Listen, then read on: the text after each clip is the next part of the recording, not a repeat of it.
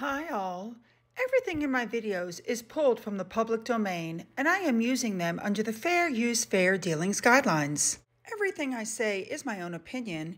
You should look into this information for yourselves, but I'm pretty sure I'm right. You guys, this is going to be another short debunking video that's going to cover the things that weren't covered in the last video. Now, I was able to show you conclusively that she lied when she said she hadn't left the house but 2 times in 4 months during her pregnancy. And I was able to show you the parallels that she put out there between her and Diana, even though she said she never watched Diana's interview. Those parallels include being suicidal while pregnant, asking for help and not getting any, the way she was dressed for the interview, not having any training, the exact same complaints Diana had. Now, while it could be that that's what Harry was talking about, they did tell some whoppers, which we showed. Let's show some more. So first, we have her claim in her interview that she would never hurt Archie. I look at Archie, I think about this child, and I go, I genuinely can't imagine doing anything to intentionally cause pain to my child. I can't imagine it. So it's hard. However, she was contemplating suicide while she was pregnant with Archie. I find that to be a little odd. Maybe she didn't see Archie as a real person, or maybe it's a lie to boost the ratings. For those who don't know, the signs and symptoms of major depression are being tired, being unable to concentrate, being unable to hold a conversation, feeling like you're talking really slowly enough that people even notice. These are like major signs and symptoms. And so here's video of the two of them from that night. Tell me what you think. Very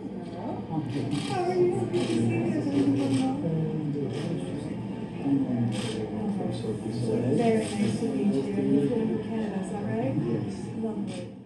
Here she is without Harry glued to her side. Now, Harry has reappeared and they're having general discussion. So, take a look at these video clips.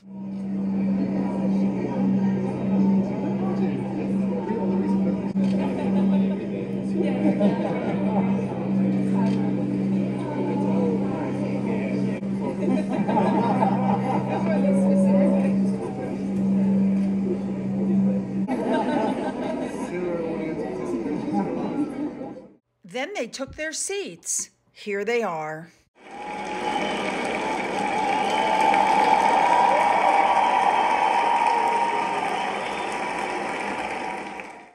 Now, this is what Megan said was happening that night. And every time that those lights went down in that royal box, I was just weeping. The pictures you are now looking at are the pictures of her leaving that night with Harry. And as you can see, her makeup is perfect. There are no streaks going down her cheeks. Her eyes are not red. Her mascara is perfect. This does not look like somebody who's been weeping in the royal box. Next, I'm going to remind you that during the engagement interview and the Oprah interview, Megan said she never Googled Harry. But as you can see, apparently she did. I think it should be noted that when Oprah Winfrey interviewed Michael Jackson, she had 90 million views and it was touted as a great success. But this one only had 17 million views and she's still touting it as a great success, which I find interesting. Maybe people didn't sign in due to Oprah's acting skills. You never know. What? What? Hold up. Oh, hold up. Wait a minute. Wow. Oh. We all heard the stories how supposedly Kate was made to cry at a dress fitting, and this is what Megan had to say. A few days before the wedding, she was upset about something pertaining to, yes, the issue was correct, about flower girl dresses, and it made me cry. And it really... Now, as you can see from Obed Scobie's book, supposedly there were no tears at all, and we all know that Megan had a hand in with that book, so you know, you don't know who to trust. Next up, you have Harry. I don't know if he truly believes what he's saying or if he's just blocked his childhood from his brain, but listen to what he said about riding bikes with Archie. And taking on these bike rides is something which I never was able to do when I was young. I can see him.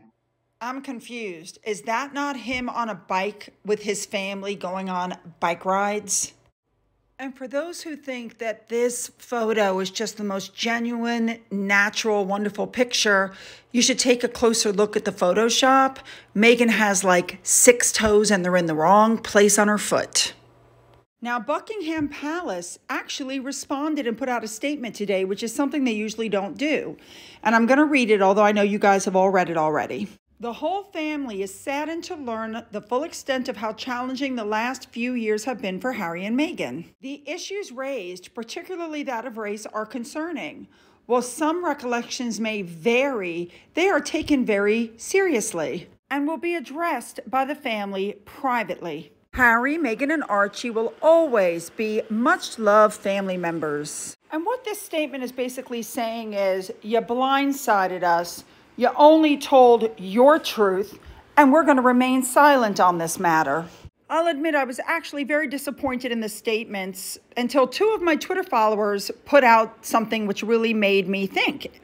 The first one sent what you read above. Fear not, the royals will let the dust settle and appear calm, but the men in gray are gathering evidence as we speak. The second response really caught my eye because what I did not catch is they called them Harry and Meghan, not the Duke and Duchess. It's also been reported that Downing Street is now involved. This is going to get good. FYI, Yahoo, which is the major mail server here in the United States, did a survey today. And as you can see, most people do not feel sorry for them. Now, I said this was going to be a short video, and it is. What's concerning me about this entire thing is that they've got no proof of any of these allegations. I mean, there has to be, maybe some of the conversations, no, but you're claiming you wrote to HR, you're claiming you wrote to the firm, you're asking for help. Where are the emails? HR at Buckingham Palace has the email from 2018 where you were being accused of being a bully. So where are your receipts? And before people like jump all over me, let me just say that, you know, if what they said happened was true, then that's horrible. But you shouldn't make claims like that, refuse to say where you heard it, and don't have any proof of anything. Those are serious allegations. You better have some proof. And let's not forget what I said before. It's absolutely true. Had the Queen agreed to let them go half in, half out, they would never have claimed racism, and none of this would be happening. They're doing this because they were told no. They have blamed everybody, named nobody, and have taken no responsibility for anything.